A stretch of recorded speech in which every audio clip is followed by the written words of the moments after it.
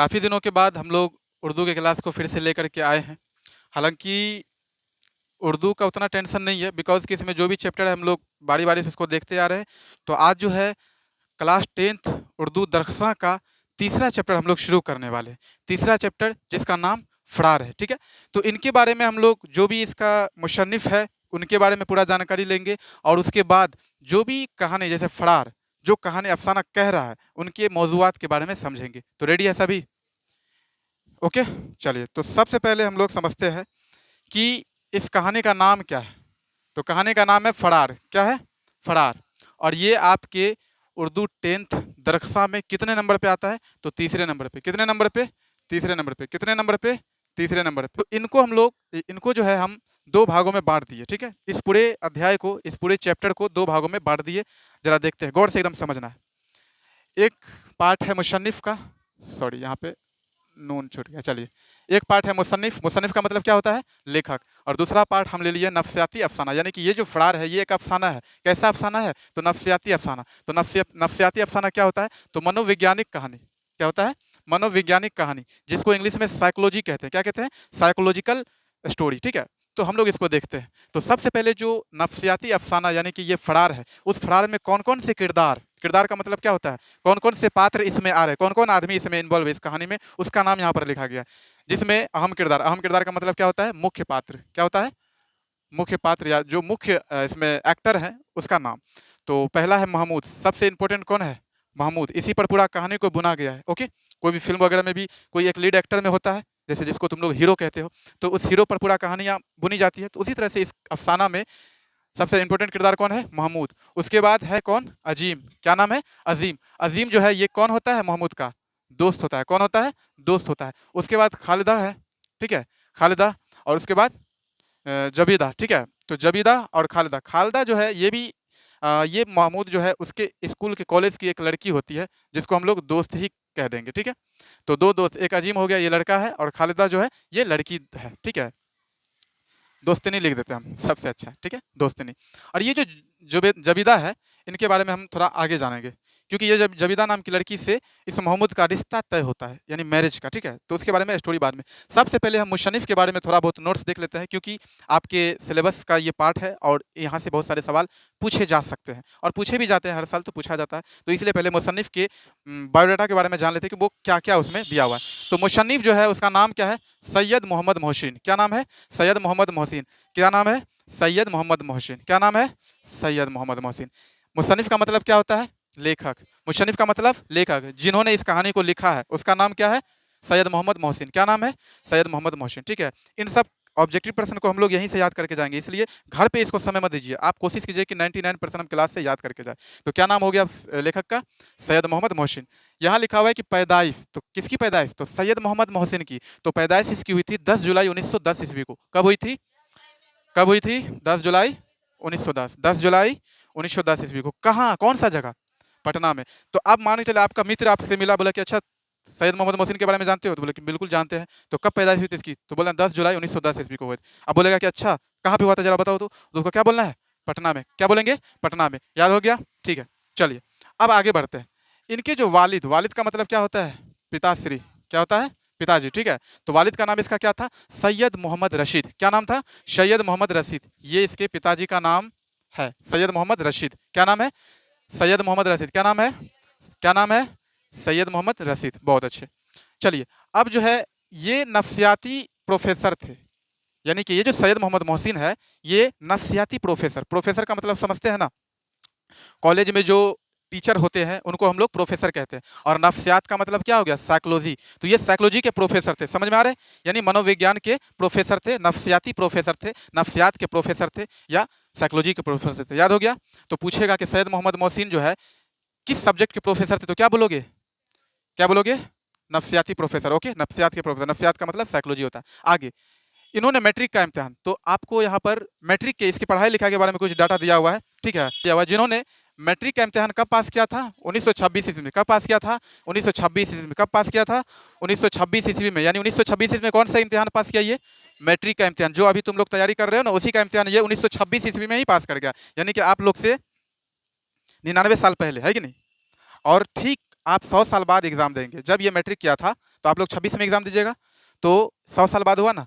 सोचिए, इसके सामने तो बच्चे ना हुए एक तरह से, है कि नहीं। 100 साल बाद आप लोग एग्जाम दे 1926 में, याद रखिएगा।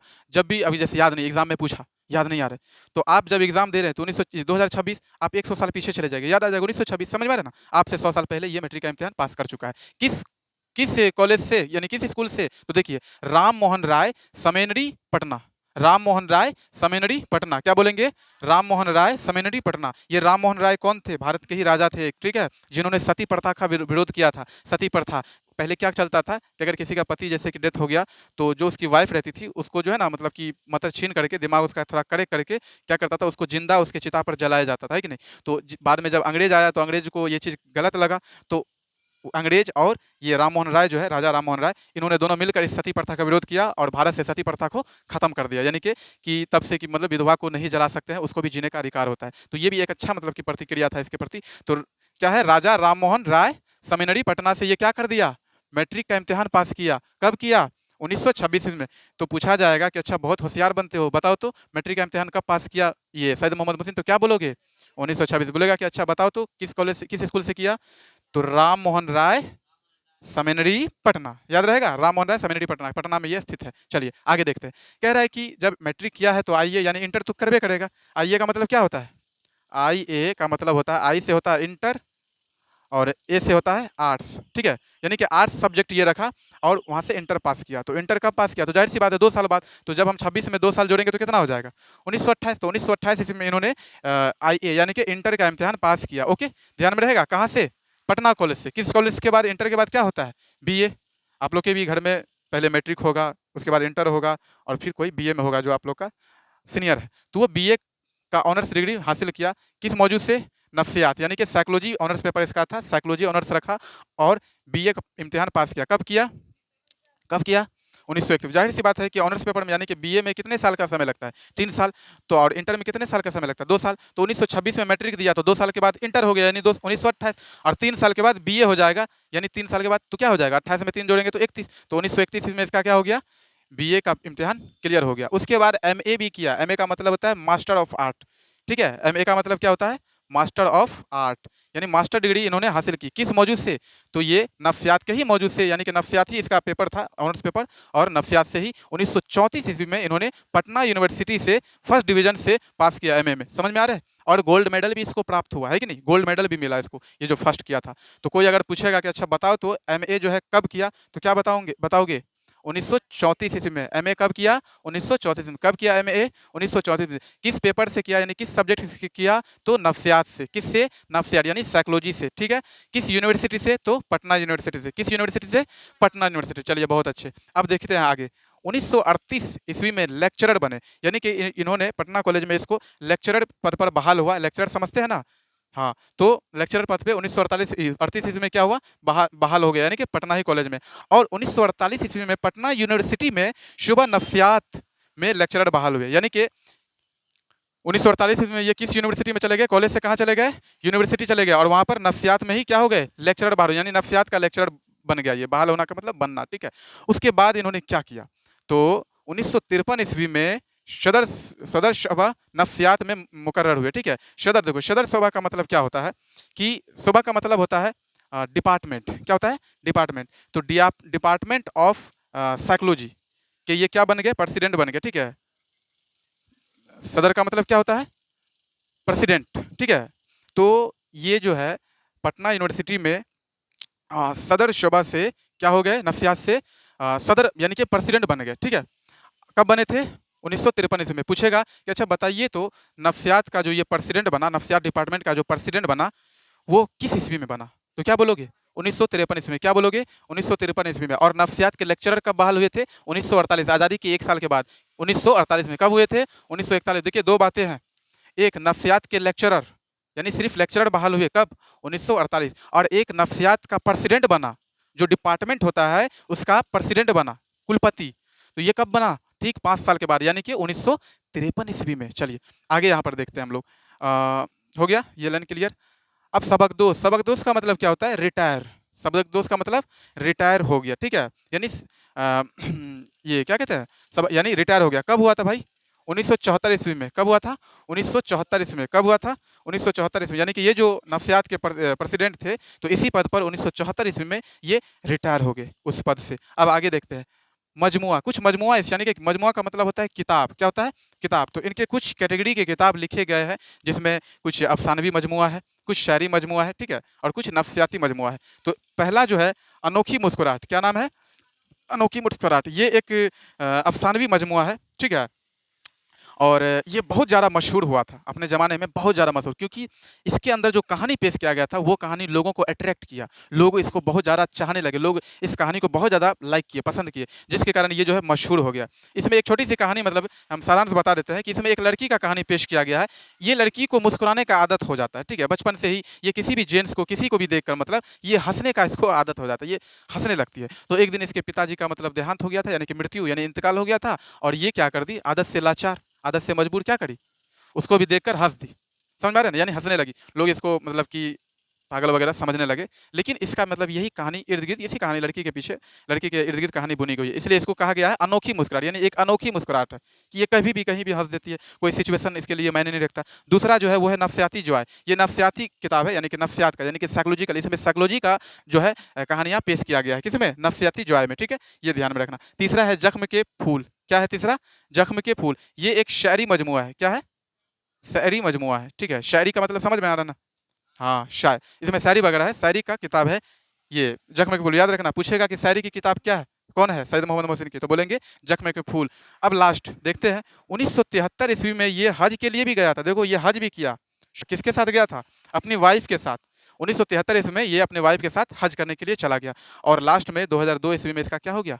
इंतकाल। हर आदमी का कहते हैं कि अंत निश्चित है, और ये 2002 ईस्वी में इस दुनिया को अलविदा कहे गए। तो समझ में आया कि सैयद मोहम्मद मोहसिन, यानी मुसन्निफ जो है सैयद मोहम्मद मोहसिन, फरार के मुसन्निफ, उसका पूरा फुल बायोग्राफी समझ में आ गया। एक बार रिमेंबर कर लेते हैं, सैयद मोहम्मद मोहसिन किस अफसाना के लेखक है? तो फरार। किसके? फरार। पूछेगा कि सैयद मोहम्मद मोहसिन की पैदाइश कब और कहाँ हुई? 10 जुलाई 1910 ईस्वी को। कहाँ हुई भाई? तो पटना। अब आपका दोस्त मिल गया, बोल दिया अच्छा बहुत होशियार बनते हो, बताओ तो कि ये मैट्रिक का इम्तिहान कब पास किया था? तो आप क्या बोलेंगे? 1926 ईस्वी में। क्या बोलेंगे? 1926। बहुत अच्छे। बोलेंगे अच्छा ठीक है, इसके पिताजी का नाम बता दो तो तुमको मानेंगे, तो क्या बोलोगे? सैयद मोहम्मद रशीद। सैयद मोहम्मद रशीद। अब फिर से एक नया दोस्त आपको मिल गया और बोलेगा अच्छा बताओ तो ये इंटर का इम्तिहान कब पास किया था? तो 2 साल जोड़ देना है, 26 में 2 जोड़ेंगे कितना होगा? 28। तो 1928 ईस्वी में इन्होंने पास किया। किस सब्जेक्ट से? किस सब्जेक्ट से? नफ्सियात, है कि नहीं? ये नफ्सियाती मौजू पर बहुत ज़्यादा मुतासिर थे, ये बहुत महारत रखते थे, क्योंकि इसको नफ्सियाती मौजू बहुत, यानी कि साइकोलॉजिकल सब्जेक्ट जो है इसको बहुत ज़्यादा पसंद था, इसलिए ये मतलब कि इसको लाइक करते थे। अब आपसे पूछ देगा कि अच्छा बताओ तो बीए जो किया था ये कब किया था? 1931 में। हम लोग क्या करेंगे, 28 में क्या जोड़ देंगे? 3 साल लगता है ना ग्रेजुएशन में, तो ये बीए में कर देंगे 1931। अब बोलेगा एमए यानी मास्टर डिग्री कब हासिल किया? तो 1934 ईस्वी में, याद रहेगा। उसके बाद ये नफ्सियात में लेक्चरर कब बहाल हुए थे? तो 1948 ईस्वी में। ये क्या कहते हैं उसको, डिपार्टमेंट ऑफ साइकोलॉजी, यानी कि सभा साइकोलॉजी के, यानी कि नफ्सियात के ये प्रेसिडेंट कब बने थे? तो 1953 ईस्वी में। ओके। उसके बाद ये अपने इस पद से, या जो ये जो प्रेसिडेंट थे, इस पद से कब सबकदोश, यानी रिटायरमेंट कब हुआ इसका? 1974 ईस्वी में। ये अपने अहलिया यानी कि वाइफ के साथ हज करने कब गया था? तो 1973 ईस्वी में। और इसका इंतकाल कब हो गया था? 2002 ईस्वी में। इनके इनके 3 बेटे थे और 4 बेटियां थी। ये चीज़ हम यहाँ नहीं लिखे, आप लोग याद रखिएगा कि आगे हम लोग इसके बारे में पूरा सब कुछ समझ गए। इसमें अगर किसी को कोई कन्फ्यूजन है, कोई दिक्कत है तो पूछ सकते हैं। सब समझ में आ गया? अब इसको घर पर तो याद करने की जरूरत है। फटाक से कोई दोस्त मिला, कोई भी मिला, फटाक से उसको बताएंगे कि ये चीज़ सैयद मोहम्मद मोहसिन के बारे में जानते हैं, अगर तुम में हिम्मत है तो बता कर दिखाओ। समझ में आ रहा है ये चीज़? तो अब हम लोग जो है आते हैं दूसरे रुख की तरफ चलते हैं कि नफ्सियाती अफसाना, यानी कि ये जो फरार है, ये फरार कहना क्या चाह रहा है, इस कहानी में क्या है ऐसा। तो शुरू करें, कहानी का मौजू देखें। तो चलिए कहानी के इस मौजू को, यानी अफसाने का मौजू जो है, यानी कि जो इसके अंदर सिखाया गया, जो इसमें विषय दिया गया, उसको हम लोग देखते हैं। ओके। तो फरार का मतलब होता है भागना। सबको पता है कि फरार का मतलब बोलता है ना कि अरे क्या है, 4-5 दिन से तुम फरार हो, यानी कि भागे हुए हो। करेक्ट। तो इस कहानी में ऐसा ही कुछ दिया हुआ है, लेकिन फरार जो इसका नाम रखा है, तो ऐसा कहानी हम जब जहाँ तक देखें तो इस कहानी में फरार से कोई मतलब रिलेशन नहीं बनता है। लेकिन इसके पीछे क्या रीज़न है, जब वो हम लोग कहानी पढ़ेंगे तो ऑटोमेटिक समझ में आ जाएगा। तो कहानी का शीर्षक 1 शुरू होता है महमूद से। कहाँ से? महमूद से। महमूद एक छोटा-सा लड़का है। देखिए हम पढ़-पढ़ कर नहीं बताएँगे क्योंकि पढ़ने में बहुत ज़्यादा समय लग जाता है। इसलिए इस स्टोरी को प्रतिबिंब चित्र के द्वारा, फ़िल्म के ज़रिए आप लोग को क्या बोलेंगे हम? दिमाग में सेट कर लेने के लिए, और आप लोग भी ऐसे करेंगे। सुनकर कहानी को समझिए, इस कहानी के मौजू को समझिए, क्योंकि पढ़-पढ़ कर बताने में बहुत ज़्यादा समय भी खपत होता है और स्टूडेंट को उतना समझ में भी नहीं आता है। लेकिन अगर कोई कहानी के ज़रिए हम मनोरंजन के तौर पर इसको बता देंगे, तो आपके दिमाग में फिट हो जाएगा। तो शुरू करें? तो पहला दृश्य इसका शुरू होता है कि महमूद जो है एक छोटा-सा लड़का होता है और इसकी मम्मी और इसके पिताजी का इसमें रोल निभाया गया है। तो देखिए, इसकी मम्मी जो थी ना, बहुत जल्लाद थी। जल्लाद समझते हैं ना? कोनो-कोनो लेडी जो है बहुत मतलब जल्लाद होती है। गुस्सीली बहुत होती है। छोटे-छोटे बात पर बवंडर खड़ा करती है कि नहीं? छोटे मुद्दा होंगे, तुमको डाँटना शुरू कर देगी, छोटे से बात पर तुमको कोसना शुरू कर देगी, अपने हस्बैंड से लड़ने लगेगी, हड़िया बेलना से इसको मारना शुरू कर देती है। बच्चों की थोड़ी-सी गलती को वो नज़रअंदाज नहीं कर पाती है, यानी कि उसको एकदम सटीक इंसान चाहिए, जो कि उसके मन के अनुसार चले। तो ऐसा तो संभव नहीं है, तो कुछ-कुछ महिलाएँ ऐसी होती है। तो ऐसी ही महिलाएँ इसकी मम्मी है, किसकी? महमूद की। किसकी? महमूद की। तो ये महमूद बेचारा मन ही मन मतलब सोच रहा था कि साला सोचता होगा, कहानी में इस चीज़ को नहीं दिया गया, लेकिन हम बता रहे हैं कि मन-मन ज़रूर ये सोचता होगा कि हम किस घर में पैदा हो गए। तो इसकी मम्मी जो है ना, बहुत ज़्यादा जल्लाद थी। कोई भी मौजू होता था, कोई भी बातचीत, तो हमेशा इस बच्चे को डाँटते रहती थी, हमेशा अपने शौहर से लड़ाई-झगड़ा करते रहती थी। तो एक छोटे से दृश्य को इसमें पेश किया गया है कि ये महमूद जो है अपने कमरे में पढ़ाई कर रहा होता है, ठीक है? गणित अध्ययन कर रहा होता है। अचानक उसकी मम्मी आती है, "ए महमूद!" तो बच्चा डर जाता है कि साला ये क्या हो गया? कोई ब बम तो नहीं गिर गया मेरे रूम में? पीछे देखता है तो वही जल्लाद माँ, आँखें एकदम बाहर, मुँह पूरा गुस्से से लाल, कान पीके की तरह खड़ा हुआ, समझ में आ रहा है ना? तो ये बच्चा देखकर उसको डर जाता है। तो डर-डर कर जी मम्मी। तो वो बोलती है कि कहाँ है वो? अपने शौहर के बारे में पूछती है, यानी महमूद के पिताजी को, कहाँ है वो? तो मुझे नहीं पता मम्मी। तो जाओ देखो, बुला कर लाओ, कहाँ पे? इतना मतलब कि डाँट करके, छोटे से मुद्दा है। आप जाएँ, प्रेम से बोले कि बाबू तुम्हारे पापा जी कहाँ हैं? जाओ बुला कर आओ। ऐसे भी बोल सकते हैं, लेकिन वो आँखें बाहर करके, मुँह को लाल करके, गुस्सा में पूरा लाल हो करके उनको डाँट-डपट करके पूछती थी। तो बच्चा डरा-सहमा दौड़ा-दौड़ा गया और पिताजी को बाहर देखने के लिए गया। तो पिताजी उसको बाहर बैठे मिले, तो बोला कि पिताजी आपको मम्मी बुला रही है। यानी वालिदा के बारे में बोल रहा है कि आपको मम्मी बुला रही है। तो इसके वालिद बोलते हैं, पिताजी, कह रहे तुम्हारी मम्मी को कोई काम धंधा तो रहता नहीं हमसे, जुट्टो से काहे के लिए बुलाती है? कुछ काम भी नहीं बताती है, जुट्टो से जाती है, फालतू काहे के लिए बुलाती है? तो ये बात उसकी मम्मी सुन लेती है, दरवाजे पर से, ठीक है? अब सुन लेती है तो उसके बाद क्या होगा समझ में आ रहा है? कि उस घर में परमाणु बम जैसा हमला हुआ, समझ लो। अब वो लेडीज़ इससे उलझ गई कि हाँ, आप मेरे बारे में ऐसी बात बोले, आपको इतना हिम्मत बढ़ गया। जैसे मतलब एक घरेलू होता है, आप लोग भी समाज में, लोकल समाज में देखते होंगे, एकदम हरिया-चौकी चलता है बढ़िया से, ठीक है? बेलना-वेलना भी चल जाता है कभी-कभी। तो वो जो लेडीज़ है अपने पति को बहुत ज़्यादा कोसने लगती है कि हाँ, मैं तो बहुत हरजाई हूँ, मैं तो बहुत बोलने वाली हूँ, काहे के लिए हमको शादी करके लाए थे, जब ऐसे ही हम थे। अब उसको कौन बताए कि पहले तो शुरुआत में सब अच्छे होते हैं, बाद में तुम खराब हो गए, तो उस भगवान खुदा थोड़ी था जो वो जान जाएगा। तो वो मतलब खुद अपने आप को कोसने लगती है कि हाँ, मेरा तो किस्मत फूटा था जो इस घर में मेरा शादी हो गया। जैसे मतलब लेडीज़ लोग का जो आदत होता है कोसने का, पूरा एकदम पूरा कहानी लिख दी वहाँ पे। और ये सब देख रहा था कौन? महमूद। और ये सब कहानियाँ देखते हुए, और ये मतलब कि एक पहली बार की घटना नहीं होती है। ये जब बच्चा जन्म लेता है, तो जब होश संभलता है, 5 साल 4 साल जब होता है इसका, तो होश संभलता है, तभी से ये घटना वो बच्चा जन्म से ही देख रहा है कि ये माँ हमारी जल्लाद है। समझ में आ रहा है ना? ये हमारे पिताजी को कैसे-कैसे बात बोलती है, हमसे किस तरह से रूठ कर बात करती है, किसी गुस्से में बात करती है। कभी प्रेम भाव उसको नहीं मिल सका उस घर में, कभी प्रेम भाव, खुशी जो होता है वो उस बच्चे को नहीं मिल सका। तो उन्होंने सोच लिया क्या, कि सारी महिलाएँ यानी सारी लेडीज़ जो है ऐसी ही होती है। देखो उस बच्चे पर कहते हैं, इसीलिए कहते हैं हम, जैसे कि कुछ कि जब बातचीत होगी हस्बैंड वाइफ में, तो बच्चे को क्या करता है, जैसे कोई विवाद हो गया तो बच्चों को हटा देता है वहाँ से, बोलता है तुम जाओ अपने कमरे में सो जाओ। वो बहुत अच्छा करता है। लेकिन कुछ समाज क्या होता है कि अपने बच्चे के सामने लड़ना चालू कर देता है, हस्बैंड से हो या वाइफ से, जो भी हो, वो लड़ना चालू कर देता है। बच्चे को साइड करके आप लड़िए, वरना क्या होता है पता है, उस बच्चे पर गहरा असर पड़ता है। तो वो जो है बच्चों को साइड किए बिना उसी के सामने झिझोड़ करके बात करना, लड़ाई करना, झगड़ा करना, ये सब चीज़ करना शुरू कर दी। अब जब शुरू कर दी, तो बच्चे धीरे-धीरे 4 साल 5 साल में वो समझ गए कि सारी महिलाएँ ऐसी ही होती है, सारी लेडीज़ औरतें ऐसी ही होती है। अब उसको औरतों से डर लगने लग गया। किसको? महमूद को। वो डरने लग गया कि महिलाएँ तो ऐसे मतलब जल्लाद टाइप की होती है, इससे हमको औरतों से डर लगने लगा। तो उसके बाद जो है, ये 10 साल का जब था, तो इसके वालिद का इंतकाल हो गया, ठीक है? वही टेंशन-वेंशन में मतलब डेथ कर गए। और कुछ दिन के बाद इसकी मम्मी भी क्या हो गई? मर चुकी थी, ठीक है? अब ये बेचारा अनाथ हो गया यानी यतीम हो गया। तो अब जो है ये चला गया ननिहाल अपने मामा के घर, ठीक है? और वहाँ पर ये पढ़ाई-लिखाई पर अच्छे से फ़ोकस करने लगा, बहुत अच्छा से ध्यान देने लगा, पढ़ने वाला लड़का था लेकिन ये बात है। लेकिन लोगों से कम मतलब, कुछ स्कूल में भी बच्चे लोग आप लोग के भी दोस्त में होंगे, जो किसी से क्लास-व्लास में मतलब नहीं रखते होंगे, एकदम अकेला रहना पसंद करते होंगे, है ना? तो ये भी अपने साथ स्कूल में ऐसा ही करते थे, अकेला रहना पसंद करते थे। तो इसका एक दोस्त था, अब अजीम का नाम आ रहा है कि अजीम नाम का एक दोस्त था, हमेशा इसको मतलब कि टॉर्चर करता था और भी स्कूल के सारे बच्चे इसको टॉर्चर करते थे, तुम तो ये है, वो है, शर्मिला है, ये मतलब जैसे उसको चिढ़ाता था, तो उसका बुरा नहीं मानता था, ये मतलब दुःख होता था लेकिन बुरा नहीं मानता था, ये अपने सिद्धांत पर ही काम किया करता था, ओके? उसके बाद जो है अज़ीम एक दिन इसके बगल में बैठा और ये खालिदा जो है, खालिदा का ज़िक्र किया, ये जो दोस्तिनी थी, ठीक है? खालिदा का ज़िक्र किया कि महमूद, खालिदा तुमको बहुत चाहती है। खालिदा तुमको चोरी-चोरी नज़रों से देखती है क्लास में, समझ में आ रहा है? लेकिन तुम हो कि ध्यान ही नहीं देते हो। तुम्हारे सीने में दिल नहीं है, तुम्हारे सीने में पत्थर है, एक लकड़ी का टुकड़ा है। अगर हमको इतना देखती तो हम बात को आगे बढ़ाते, तो तुम बोलोगे तो हम तुम्हारा कोऑपरेट करेंगे। ये बात कौन बोल रहा है? अज़ीम बोल रहा है, किसको बोल रहा है? महमूद को। तो महमूद बोला कि देखो हमको उस सब मैटर से कोई मतलब है नहीं, ठीक है? हम अपना पढ़ाई पर ध्यान देते हैं।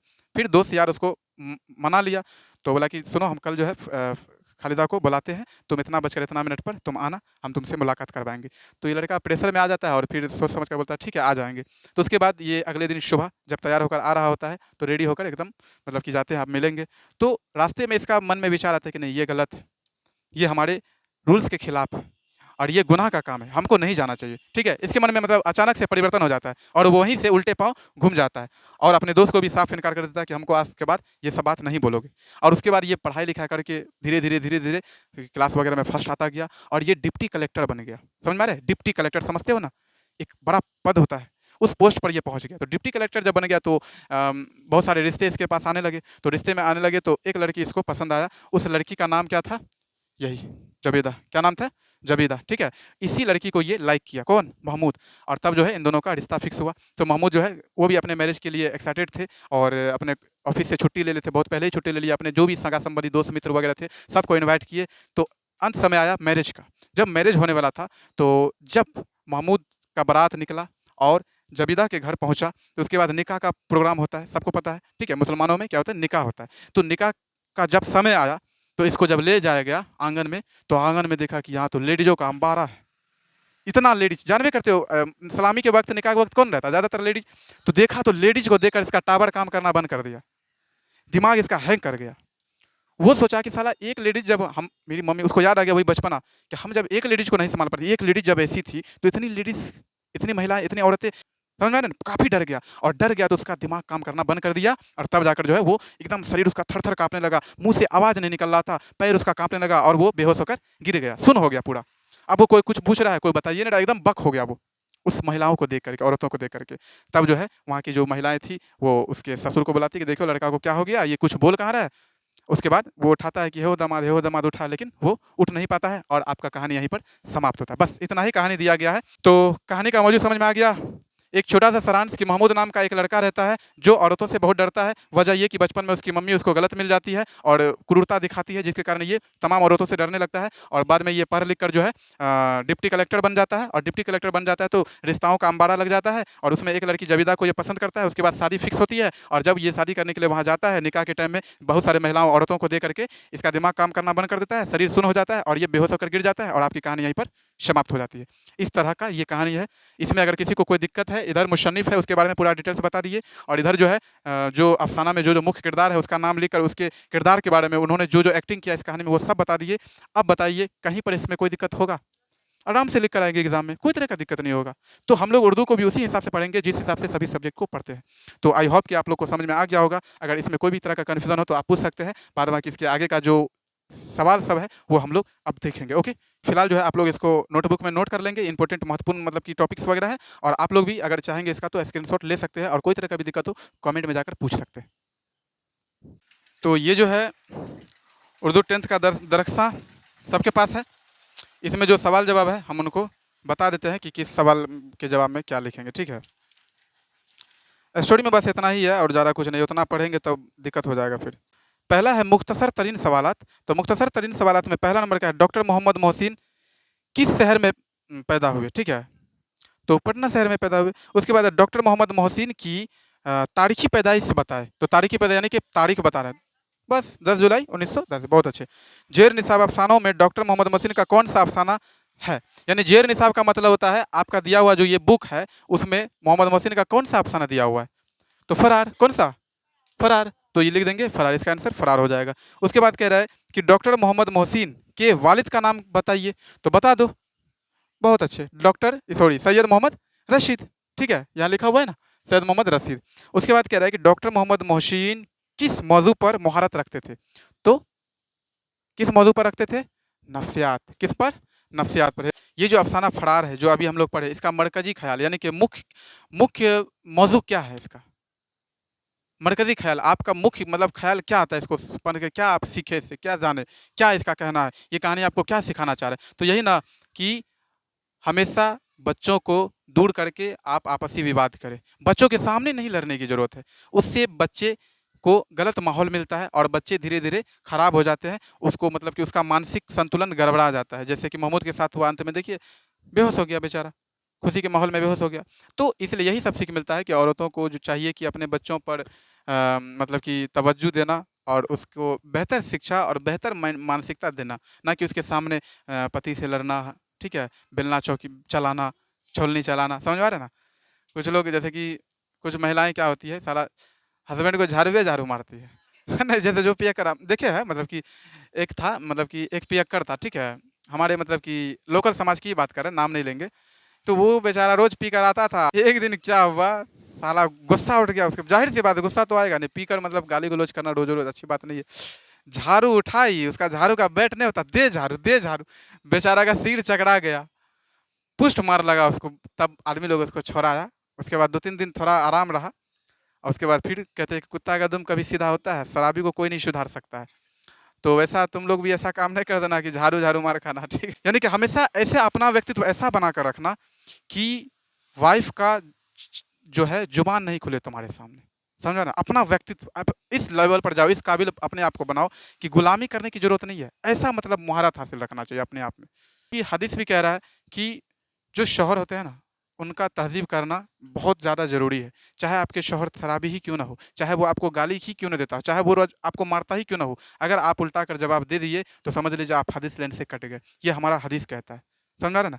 तो इसलिए अहलियाओं को होना चाहिए कि अपने शौहर की तहज़ीब करें, चाहे कुछ भी कंडीशन हो, आप उस पर हाथ ना उठाए, ठीक है? आप उसको गाली गलौज ना दे, आप उसको गलत सलत बात ना बोले। ये अहलियाओं का कर्तव्य होता है। ये हमारे कुरान पाक में लिखा हुआ है। बस मानने वाले इसको मानते हैं लेकिन इस पर चलते नहीं, इसको फॉलो नहीं करते। तो ये है हकीकत। तो उम्मीद है कि सभी बात समझ में आ गया, अगर जो भी बातचीत हम लोग किए। अब अगला जो चौथा चैप्टर है वो हम लोग अगली क्लास में देखेंगे। ओके, तब तक के लिए खुदा हाफिज।